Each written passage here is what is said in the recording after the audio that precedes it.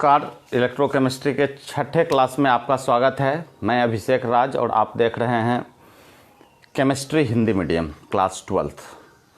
तो पिछले क्लास में हम लोगों ने जो बात की थी वह चालकता, प्रतिरोध, विशिष्ट चालकता, विशिष्ट प्रतिरोध, और आज हम मुख्य रूप से देखने जा रहे हैं मोलर चालकता, तुल्यांकी चालकता, सेल स्थिरांक, चालकत्व का निर्धारण।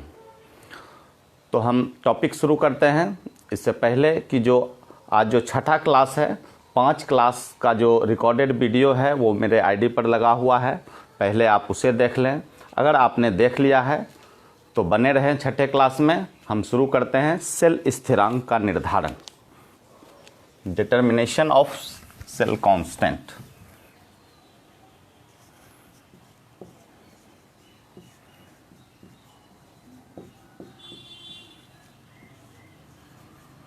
सेल स्थिरांक का निर्धारण।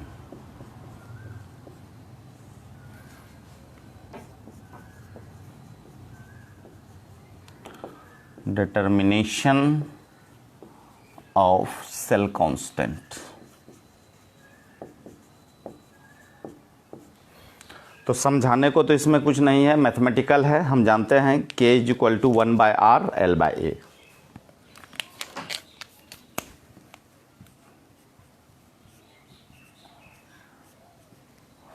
जहां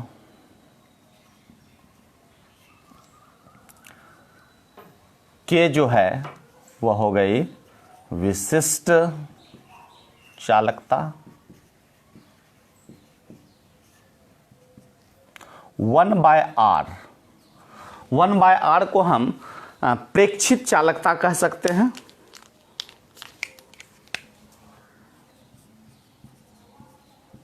प्रेक्षित चालकता। और L/A इलेक्ट्रोड की दूरी और इलेक्ट्रोड का अनुप्रस्थ काट का जो रेशियो है यही सेल स्थिरांक के बराबर होता है। तो हम लिखेंगे इलेक्ट्रोड की दूरी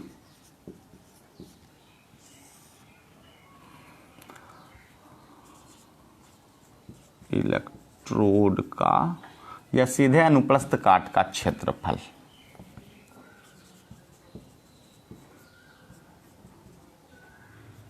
प्रस्थ काट का क्षेत्रफल। तो यही मेरा सेल स्थिरांक है। तो हम यहां सेल स्थिरांक लिख देंगे।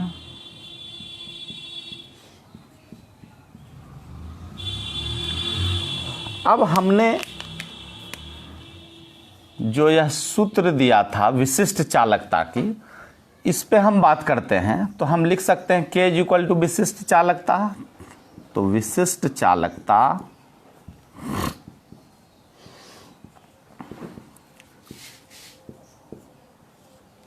बराबर, और 1/R को हम प्रेक्षित चालकता लिखे, तो प्रेक्षित चालकता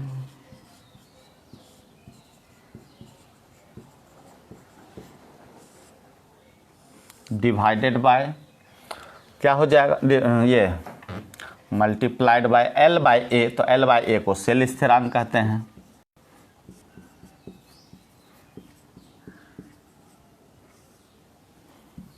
अब हम निकालने जा रहे हैं सेल स्थिरांक को। तो हम सेल स्थिरांक बराबर लिख सकते हैं विशिष्ट चालकता डिवाइडेड बाय प्रेक्षित चालकता।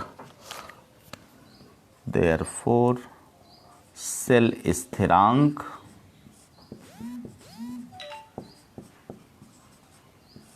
बराबर विशिष्ट चालकता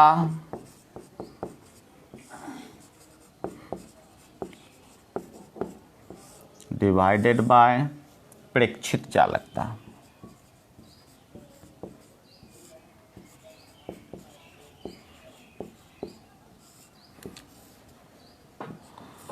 तो ये मेरा फॉर्मूला निकल करके आया। इस पे छोटे मोटे सवाल हो सकते हैं, कोई बहुत भारी सवाल नहीं होता है कि नहीं बनेगा।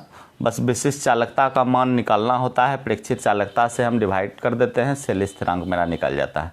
या डायरेक्टली L और A का वैल्यू दिया हुआ है, उससे हम सेल स्थिरांक का पता कर सकते हैं। तो बहुत इम्पॉर्टेंट टॉपिक है जो चर्चा करने जा रहे हैं हम, चालकत्व का निर्धारण। तो हम हेडिंग करेंगे चालकत्व का निर्धारण।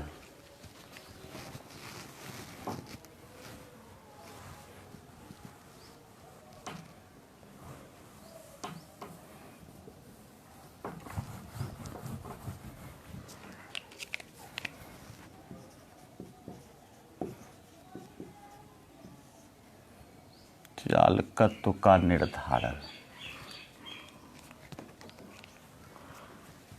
Determination of conductivity.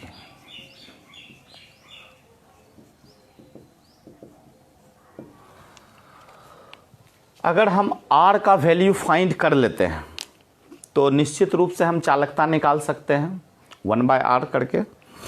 तो R का वैल्यू निकालने के लिए मान लिया जाए कि हम दो इलेक्ट्रोड के बीच R के मान का निर्धारण कर रहे हैं, और इस तरह की स्थिति है कि दो प्रतिरोध मेरा ज्ञात है, एक प्रतिरोध मेरा परिवर्तनशील है और एक अज्ञात है।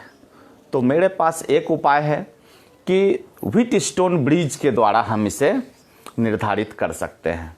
अगर ब्रिज को बैलेंस कंडीशन में रखा जाए और साथ ही डिटेक्टर यह इंडिकेट कर रहा हो कि किसी प्रकार की विद्युत धारा उससे प्रवाहित नहीं कर रही है, तब ब्रिज को बैलेंस करके हम R का वैल्यू फाइंड कर सकते हैं जो मेरा अननोन है। और R का वैल्यू पता चल गया तो चालकता हम निकाल लेंगे। तो हम बात करने जा रहे हैं व्हीटस्टोन ब्रिज की। तो हम लिखेंगे कि अगर R के मान का निर्धारण दो समांतर इलेक्ट्रोड के बीच, R के मान का निर्धारण दो समांतर electrode K equal to 1/R L/A ये हम रखेंगे। तो इसके बीच हम देखेंगे कि R का मान का निर्धारण दो समांतर इलेक्ट्रोड के बीच व्हीटस्टोन ब्रिज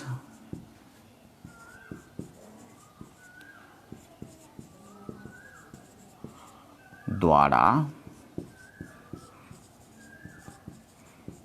किया जा सकता। ये मेरा R3 है और इस तरह से बैलेंस व्हीटस्टोन ब्रिज बना हुआ है। एक डिटेक्टर जो हम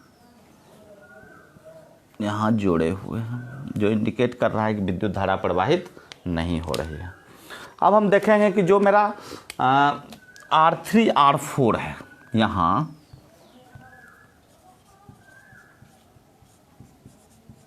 R3 तथा R4 का मान ज्ञात है। R1, ये R1 वेरिएबल रेसिस्टेंस, परिवर्तनशील प्रतिरोध है। R1 एक परिवर्तनशील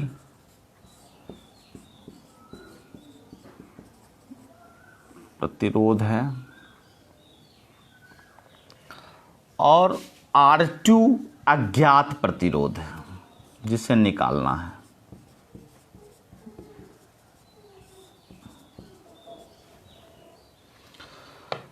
अब देख रहे हैं कि डिटेक्टर ब्रिज मेरा बैलेंस में है और डिटेक्टर से विद्युत धारा प्रवाहित नहीं हो रही है। तो लिखेंगे ब्रिज को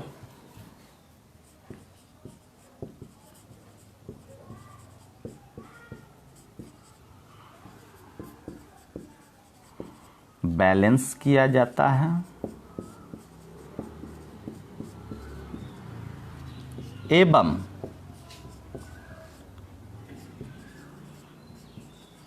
डिटेक्टर को हिंदी में संसूचक कहते हैं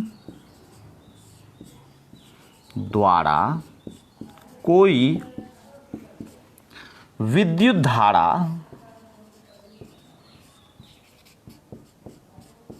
प्रवाहित नहीं हो रही होती है।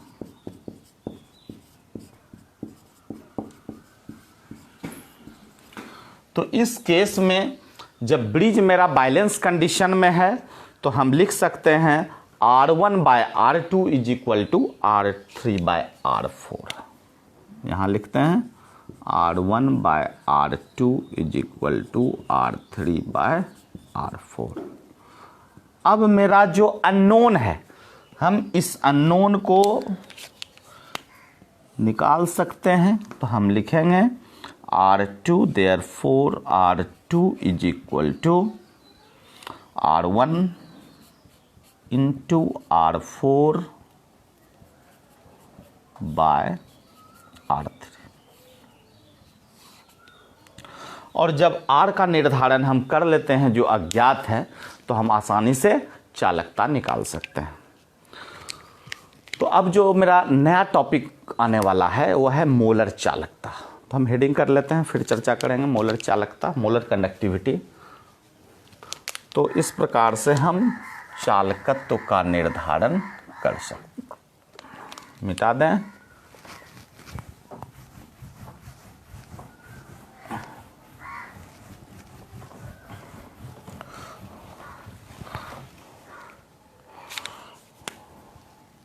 हेडिंग करेंगे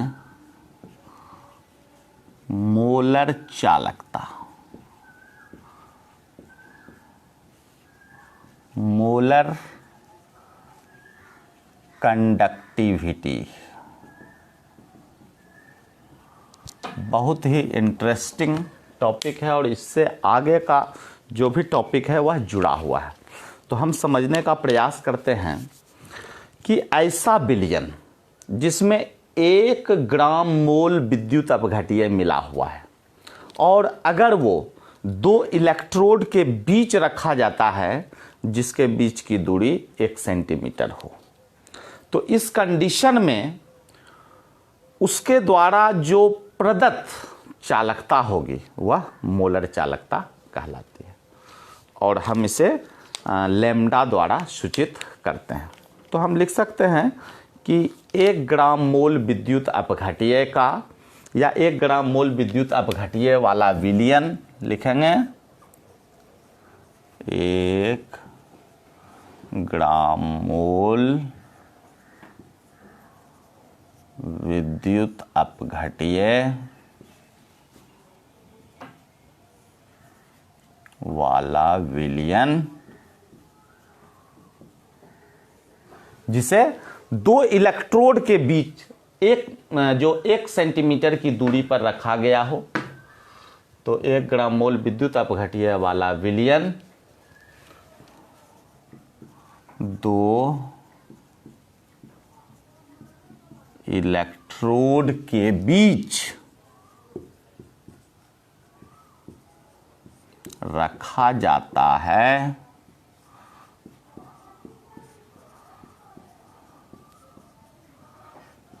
जिसकी दूरी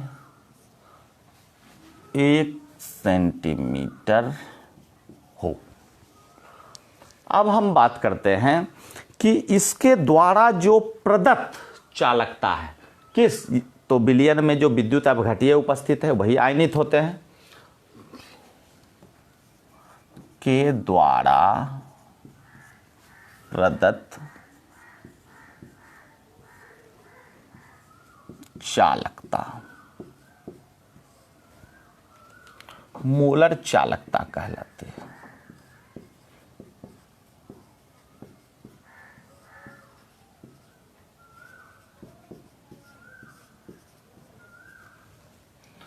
तो ये तो मेरा परिभाषा हो गया। अब देखेंगे कि इसे लैम्डा द्वारा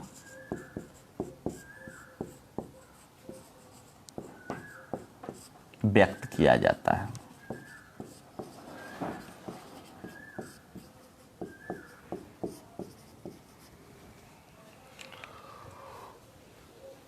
अब इसके सूत्र की चर्चा करेंगे।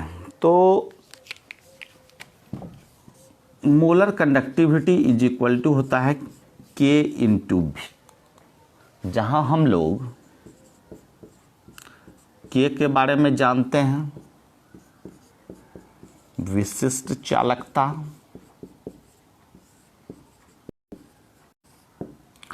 और V जो है यह सेंटीमीटर क्यूब में बिलियन का आयतन है।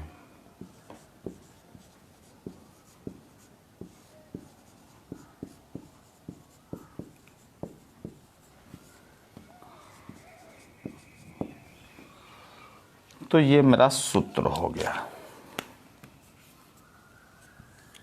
अब हम देखने जा रहे हैं कि जो बिलियन का आयतन सेंटीमीटर क्यूब में है, तो 1 लीटर आयतन में, या 1 लीटर आयतन विलियन में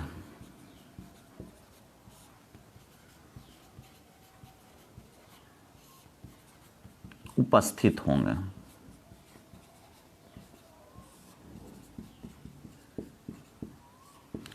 डायरेक्ट भी हम इसे भी को चेंज कर सकते हैं, लेकिन एक स्टेटमेंट हम ले रहे हैं कि C मोलर सांद्रण विद्युत अपघट्य 1 लीटर आयतन बिलियन में उपस्थित होंगे, इसलिए यहां चुकी कर देते हैं।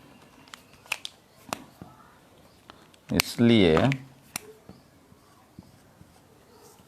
अगर 1 मोलर सांद्रण की बात की जाए तो ये 1/C लीटर ले लेंगे, और ml में बात करेंगे तो 1000/C कर देंगे, और यही होगा। अब जो हम चेंज करने जा रहे हैं, जहां भी है वहां हम 1000/C कर देंगे। तो हम अब फाइनली इस फॉर्मूला को लीटर और ml में इस रूप में लिख सकते हैं, K × 1000/C। इसे C के जगह m भी लिखा जाता है।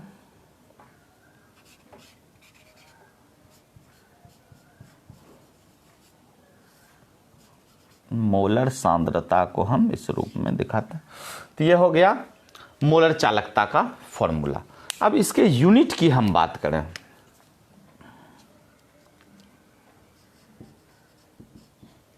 तो इसका जो यूनिट होता है पर ओम सेंटीमीटर स्क्वायर पर मोल। कहां से आ गया? तो हम देखने जा रहे हैं कि चूंकि यहां K लिखा हुआ है, तो K का जो यूनिट होता है पर ओम पर सेंटीमीटर। क्लियर है? और डिवाइडेड बाय मेरा मोलर कंसंट्रेशन है, तो यहां मोल पर लीटर होता है। तो मोल और लीटर इनवर्स। ठीक है, अब हम क्या करते हैं, इसको सेंटीमीटर क्यूब में चेंज कर देते हैं। तो हम पर ओम पर सेंटीमीटर बाय मोल, और यहाँ हम पर सेंटीमीटर क्यूब लिख रहे हैं। ठीक है, अब ये जब ऊपर जाएगा तो 1 से माइनस होगा तो सेंटीमीटर स्क्वायर में कन्वर्ट हो जाएगा, और यहाँ एरो दे दें। ये मेरा फाइनल यूनिट निकल करके आया पर ओम। अब ये ऊपर जाएगा सेंटीमीटर स्क्वायर में कन्वर्ट हो जाएगा, मोल ऊपर चला जाएगा पर मोल। तो जो ये स्टेटमेंट आप अच्छे तरीके से इसे नोट करें, क्योंकि हम इसी स्टेटमेंट को पुनः चेंज करने जा रहे हैं तुल्यांकी चालकता या समतुल्य चालकता जिसे कहते हैं। तो हम हेडिंग करेंगे तुल्यांकी चालकता, लेकिन इसे मिटाएंगे नहीं, बस इसी में हम चेंज करने जा रहे हैं। आप देखें कहाँ कहाँ चेंज हो रहा है, हम ग्रीन पेन से चेंज कर रहे हैं। तो मोलर चालकता के जगह हम तुल्यांकी चालकता लिख रहे हैं, और मोलर के जगह हम लिख रहे हैं इक्विवेलेंट।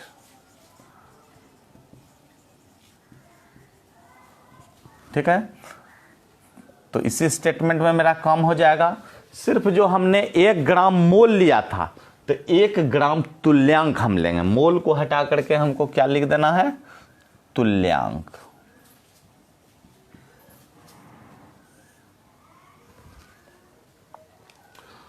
ठीक है, स्टेटमेंट सही है। प्रदत्त चालकता अब यहां लिख देंगे तुल्यांकी चालकता कहलाती है। स्पष्ट दिख रहा होगा। यहाँ m को हटाएंगे और यहाँ पर हम EQ भी लिख सकते हैं। बाकी यहाँ तक ठीक है। अब जो C मोलर सांद्रण हम लिख रहे थे, यहाँ पर हम N लगाएंगे। ये N जो है सामान्यता या N ग्राम तुल्यांक हम यहां पर लिख सकते हैं। मिटा दें, N ग्राम तुल्यांक सांद्रण लिख दीजिए या सांद्रित। बाकी सारा ठीक है।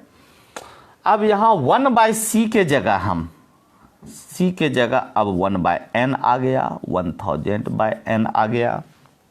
यहां पर भी हम n कर देते हैं और इसको लिखने का तो कोई ज़रूरत यहां पर नहीं है, चूंकि हमने ऊपर ही n कर दिया। अच्छा, ये मेरा फाइनल जो है, हम यूनिट की बात कर रहे हैं तो पर ओम पर सेंटीमीटर। अब यहाँ पर हम इक्विवेलेंट कर देते हैं। ठीक है, तो यहाँ भी मोल हटा करके हम इक्विवेलेंट लिखेंगे, यहाँ भी इक्विवेलेंट लिखेंगे। तो हम समझते हैं कि क्लियर हो गया होगा, चूँकि हमने सॉल्यूशन चैप्टर में आपका जो नॉर्मलिटी है, मोलैलिटी है, सारे टॉपिक्स को हम क्लियर किए हैं और सब पे एक एक न्यूमेरिकल्स लिए हैं। आज हम पुनः जो है मोलर चालकता और इक्विवेलेंट कंडक्टिविटी दोनों पर न्यूमेरिकल्स अभी लेंगे और आप लोग बनाएंगे और अच्छे तरीके से इसको समझ पाएंगे। तो हम समझते हैं कि तुल्यांकी चालकता समझ में आ गया होगा।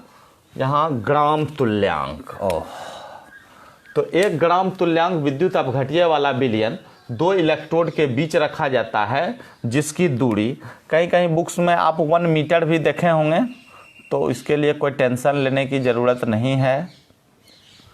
के द्वारा प्रदत्त चालकता तुल्यांकी चालकता कहलाती है और ये डेल्टा इक्विवेलेंट द्वारा व्यक्त किया जाता है।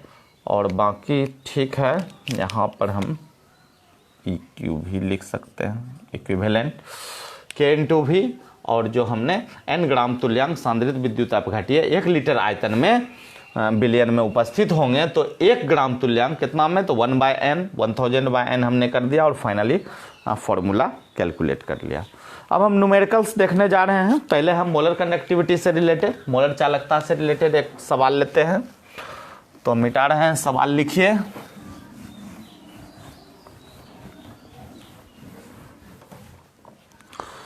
क्वेश्चन इस प्रकार है, 0.20 मोल पर लीटर सांद्रण वाले पोटेशियम आयोडाइड विलयन का विशिष्ट चालकता,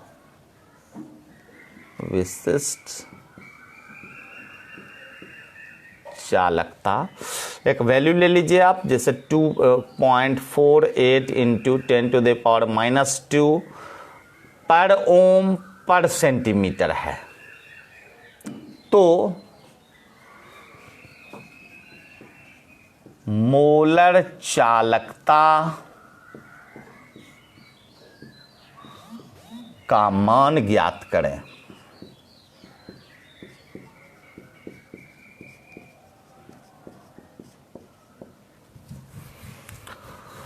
तो फॉर्मूला हम लोग जान रहे हैं।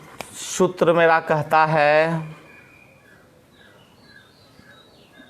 Molar conductivity this is equal to K/1000/m। और प्रश्न से मेरे पास क्या क्या दिया हुआ है हम देखेंगे।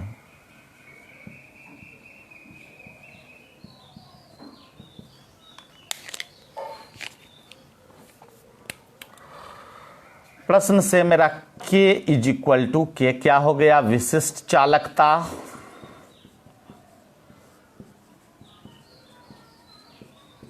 और विशिष्ट चालकता का वैल्यू मेरा दिया हुआ है 2.48 इंटू 10⁻⁻² पर ओम पर सेंटीमीटर।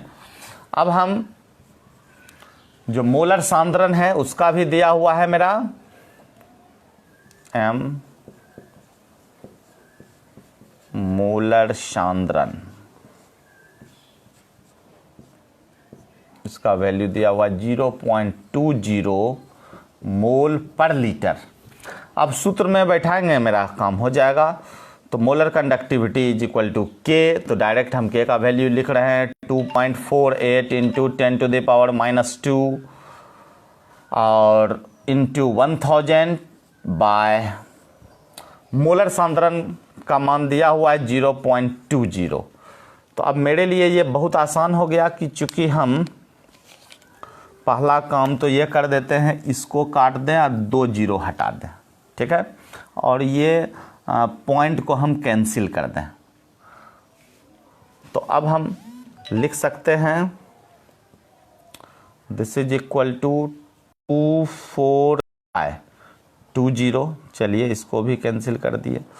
अब मेरे पास जो आंसर इसका निकल करके आएगा, अब डिवाइड कर दीजिए तो हो गया क्या 124 और यूनिट लिख दीजिए, तो यूनिट हो गया पर ओम सेंटीमीटर स्क्वायर पर मोल।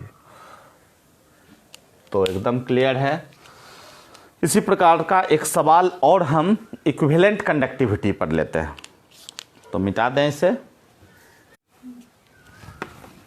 अगला सवाल हम लोग इक्विवेलेंट कंडक्टिविटी पर लेंगे। तो क्वेश्चन कुछ इस प्रकार है, नोट करें। किसी विद्युत अपघट्य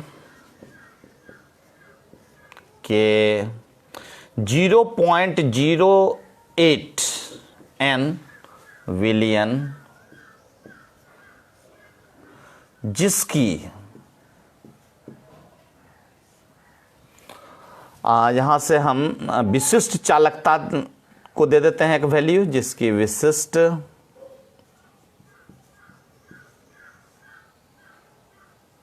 चालकता एक वैल्यू ले लीजिए, जैसे 1.72 इंटू 10⁻³ पर ओम पर सेंटीमीटर, ठीक है। इसे हम साइमन सेंटीमीटर भी कह सकते हैं। अब हम इससे समतुल्य चालकता का मान निकालेंगे। तो समतुल्य या इसी को हम लोग तुल्यांकी चालकता भी कहते हैं और लैम्डा इक्विवेलेंट द्वारा दर्शाते हैं हम, ज्ञात करें। तो लिखें। तो क्वेश्चन मेरा क्लियर है कि किसी विद्युत अपघट्य के इतना n बिलियन जिसकी विशिष्ट चालकता इतनी है, तो समतुल्य चालकता ज्ञात करें, ठीक है। फॉर्मूला हम लिखते हैं। फिर सूत्र से हमने देखा कि equivalent conductivity this is equal to, हम जानते हैं k इंटू 1000 और बाय हम यहाँ पर अब n लिखेंगे। डायरेक्ट सूत्र पर बैठाते हैं। तो हम यहाँ पर k का वैल्यू मेरा दिया हुआ है 1.72 इंटू 10⁻³ इंटू 1000 बाय, और यह है 0.08। अब हम देखते हैं कि बहुत ही सिंपल कैलकुलेशन हो जाएगा। इसको काट देंगे इससे और ये पॉइंट को हम कैंसिल कर देंगे, तो फाइनली हम 172/8 कर सकते हैं। अब आसान हो गया, अब इसे डिवाइड कर देंगे, ये 21.5 आ जाएगा। तो दिस इज इक्वल टू 21.5 पर ओम सेंटीमीटर स्क्वायर पर इक्विवेलेंट। ये मेरा निकल करके आया इक्विवेलेंट कंडक्टिविटी। तो इस तरह से हमने मोलर कंडक्टिविटी, इक्विवेलेंट कंडक्टिविटी और दोनों पर आधारित सवाल लिया। अब एक और भी इम्पॉर्टेंट टॉपिक हमको पढ़ना है, वह है मोलर चालकता में परिवर्तन। तो हमने पिछले क्लास में प्रबल विद्युत अपघट्य और दुर्बल विद्युत अपघट्य की चर्चा की थी। हम समझते हैं कि डेफिनेशन और एग्जाम्पल सारा कुछ आपके दिमाग में होगा। प्रबल विद्युत अपघट्य जो पूर्णतः आयनित हो जाते हैं, जैसे हम स्ट्रॉन्ग एसिड ले लें या स्ट्रॉन्ग बेस ले लें या कोई नॉर्मल सॉल्ट ले लें, HCl हो गया आपका स्ट्रॉन्ग एसिड के रूप में, फिर आप NaOH ले लीजिए या KCl ले लीजिए, ये सब प्रबल विद्युत अपघट्य है। वही दुर्बल विद्युत अपघट्य के रूप में आप एल्कोहल ले सकते हैं, एल्कोहल, यूरिया, ग्लूकोज। तो हम देखेंगे कि आखिर जो विद्युत अपघट्य मेरा है और मोलर चालकता में किस प्रकार उसमें परिवर्तन हो रहा है जबकि हम तनुता बढ़ाते हैं। तो हम इसे पहले समझने का प्रयास करते हैं। हेडिंग करेंगे मोलर चालकता में परिवर्तन।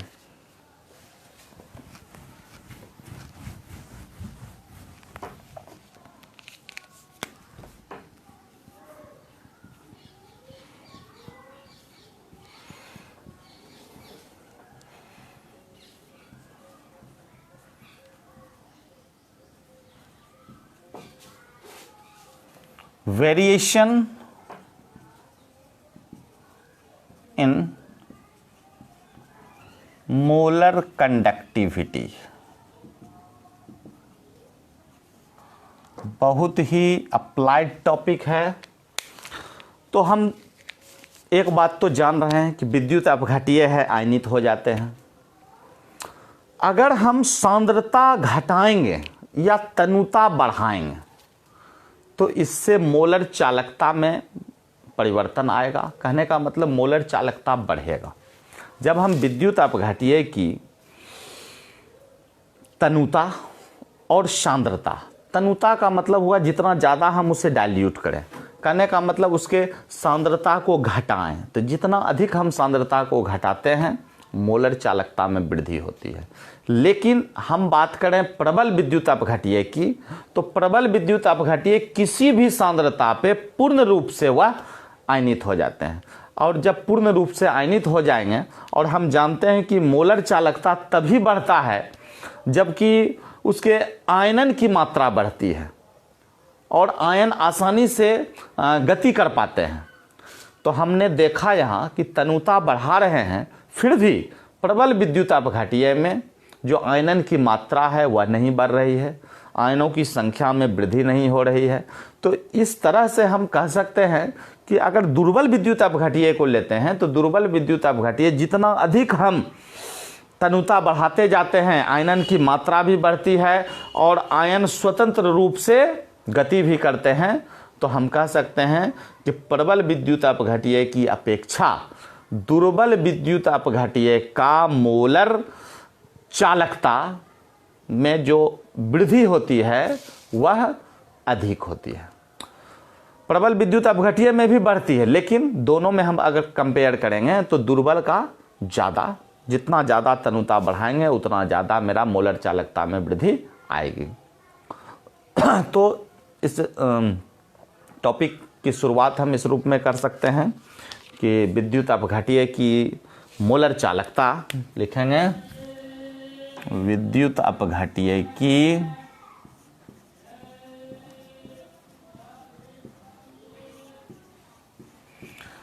मोलर चालकता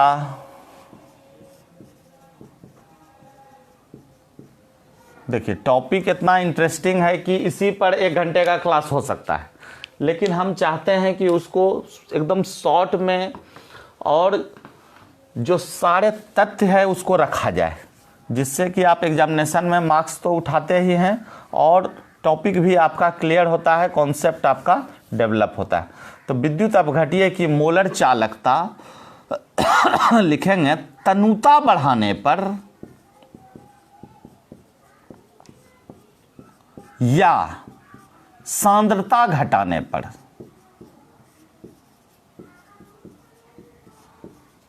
बढ़ती है। इसलिए ज़्यादा टॉपिक को हमने डिफरेंस के आधार पर लिया कि ऐसा नहीं कि बहुत लेंदी हो जाए। अब यहाँ भी हम वही काम करेंगे कि इधर ले लेते हैं प्रबल विद्युत अपघट्य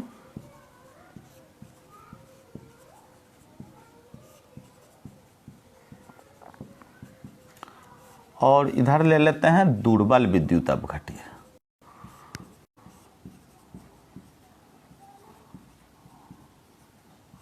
तो प्रबल के बारे में क्या इंफॉर्मेशन मेरे पास है कि प्रबल विद्युत अपघट्य किसी भी सांद्रता पर पूर्णतः आयनित हो जाते हैं। ये किसी भी सांद्रता पर पूर्णतः, तो हम बात कर रहे हैं कि किसी भी सांद्रता पर पूर्णतः आयनित हो जाते हैं, जिस कारण मोलर, डायरेक्ट हम सिंबॉलिक रिप्रेजेंटेशन, मोलर चालकता में वृद्धि होती है।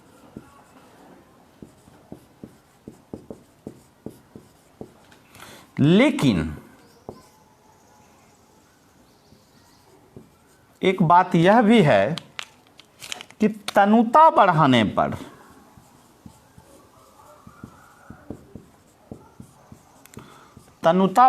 पर इसकी आयनों की संख्या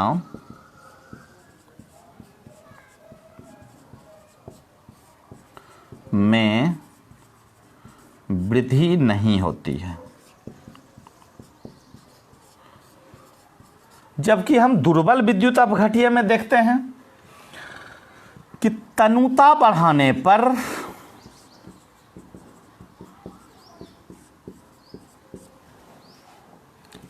इसके आयनन की मात्रा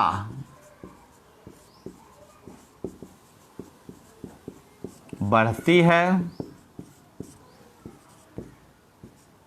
साथ ही साथ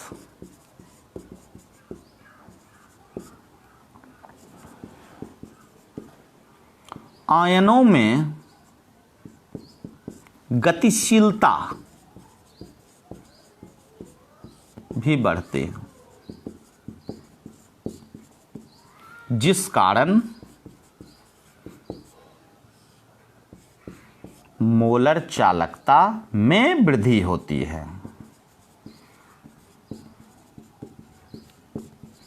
तो हम किस कंक्लूजन पर पहुंचे कि हमने प्रबल विद्युत अपघट्य लिया और दुर्बल विद्युत अपघट्य लिया।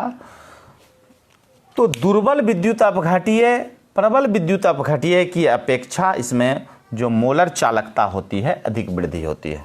तो हम मिटा दें, अतः हम कह सकते हैं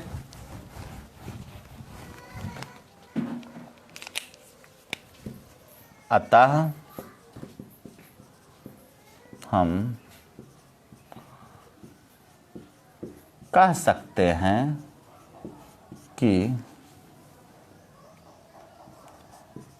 प्रबल विद्युत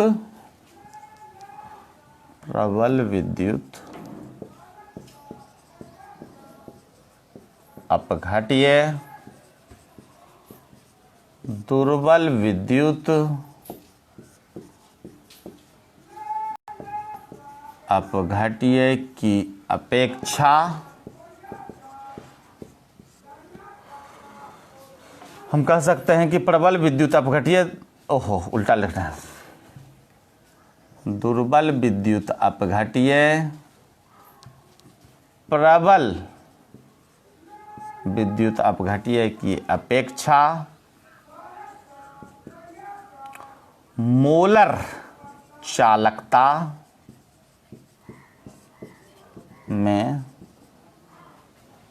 अधिक वृद्धि होती है।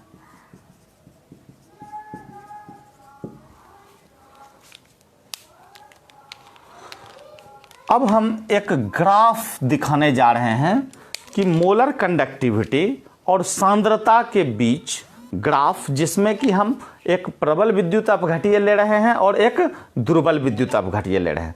तो विलयन की सांद्रता हम लिखेंगे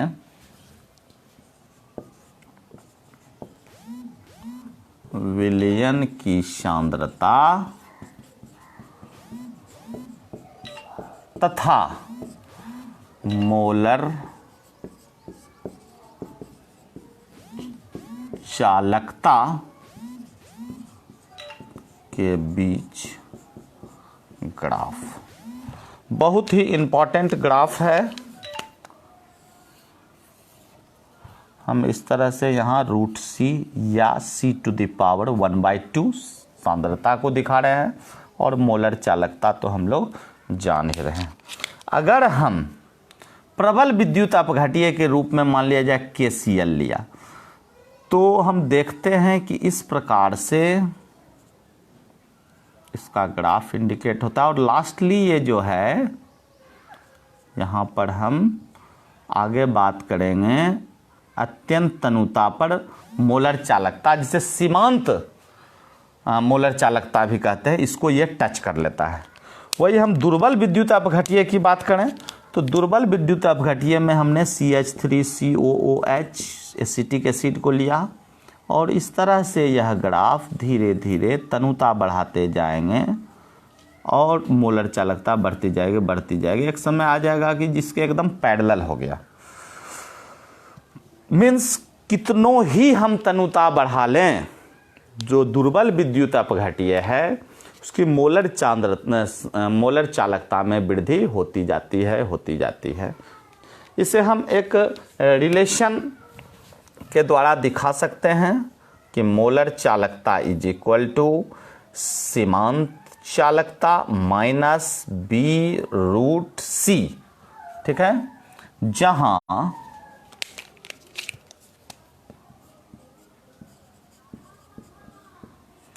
B एक स्थिरांक है जो श्यानता या सीधे लिख देते हैं विस्कोसिटी पर निर्भर करता है। मतलब B का मान क्या होगा वह उसकी श्यानता पर निर्भर करता है। क्लियर है? अब एक और छोटा सा टॉपिक, चूंकि यहाँ हमने चर्चा कर दिया, और ये जो है मेरा मिटा देते हैं पहले। मोलर चालकता में परिवर्तन क्लियर हो गया, ग्राफ भी हमने देख लिया। अब हम सीमांत चालकता की बात करेंगे। हेडिंग करेंगे सीमांत चालकता।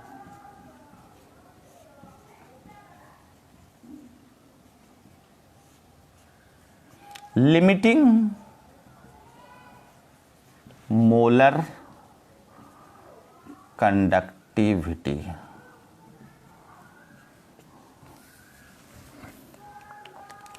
तो लिमिटिंग मोलर कंडक्टिविटी हम इसे हम परिभाषित कर सकते हैं कि अत्यंत तनुता पर मोलर चालकता, या अनंत तनुता लिखिए, अनंत तनुता पर मोलर चालकता सीमांत चालकता कहलाती है।